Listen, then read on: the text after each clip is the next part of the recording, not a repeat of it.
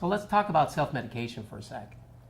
Some people come and they say they have issues with drugs or drug abuse, and I usually ask them, is it really a drug that is being abused here, or is it something else? Because there is a psychiatrist, Bessel van der Kolk, who's written a book called The Body Keeps the Score. He's an amazing person in treating trauma, an American, and he has run this trauma institute for like 40, 50 years where he mixes actual methods that work. And in his research, he's found that out of 100% of women in the United States with drug abuse issues, 80% have childhood trauma or adversity. So that's too much to neglect, right? So the theory here is that perhaps self-medication is the result of unresolved traumatic experiences. And you need that to balance your system because you have no other way of resolving it. So instead of looking at the drug or talking about morale or character or anything like that, which creates issues of shame of having this abuse situation, by simply looking at the issues that are traumatic, even going back to stuff that this person might think were resolved because they were so long ago, and doing these simple first aid techniques can actually resolve the craving for these drugs in amazing ways. And you have a cool story about that. Yeah, I mean, and this story is not about women in the US. It's actually about a former UN soldier.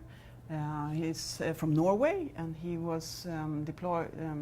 Sorry, I don't even know. Deployed. That's correct. Sure. Okay. So say it again, and I start again. So you have a story about that, don't you? Yeah, and it's about a former UN soldier. He was deployed in Afghanistan and also in Lebanon a long time ago in the beginning of the 80s. He's from Norway, and we met at the airport in Addis Ababa in Ethiopia some couple of years ago.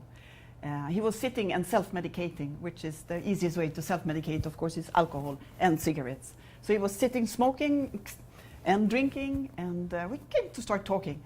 And since trauma is what interests me most in this world, I could say, and the healing of trauma, soon we started to talk about these different kind of experiences.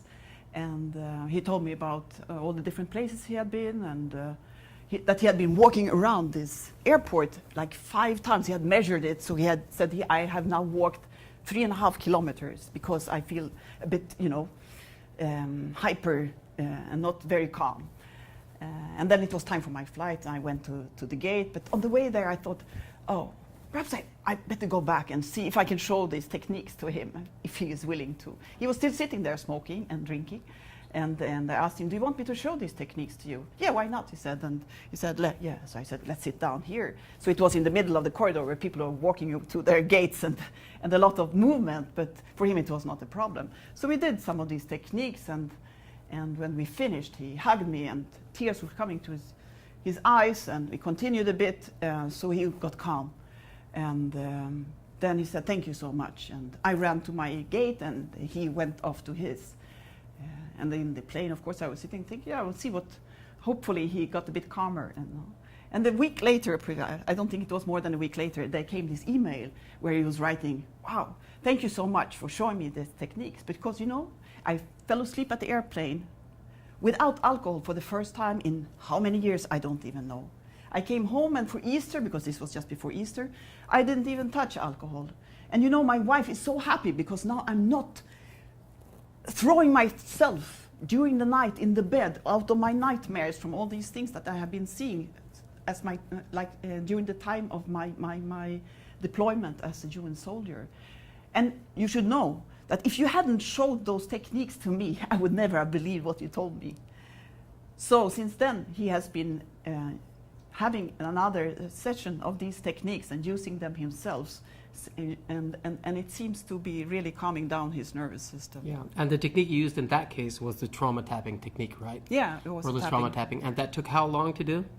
I mean, I didn't have so much time, so it didn't take more than 4.5 or 5 minutes. 4.5, 5 minutes. Yeah, because then my flight was leaving. And that's a single session with results the same day. And we often get the question, are the results permanent? How do you know, etc.? And we're going to cover that in another place, so don't worry about it. But in this case, it worked fine. Yeah, and actually I can tell another, because we met one time more, but then at the airport in Sweden. And then we were doing another session. And after that, he said that, you know what, my superiors, they are so surprised how fast I do my work nowadays, and I'm not getting angry as easily as before. That's cool. So a lot of time, self-medication can be resolved by addressing symptoms of stress and trauma.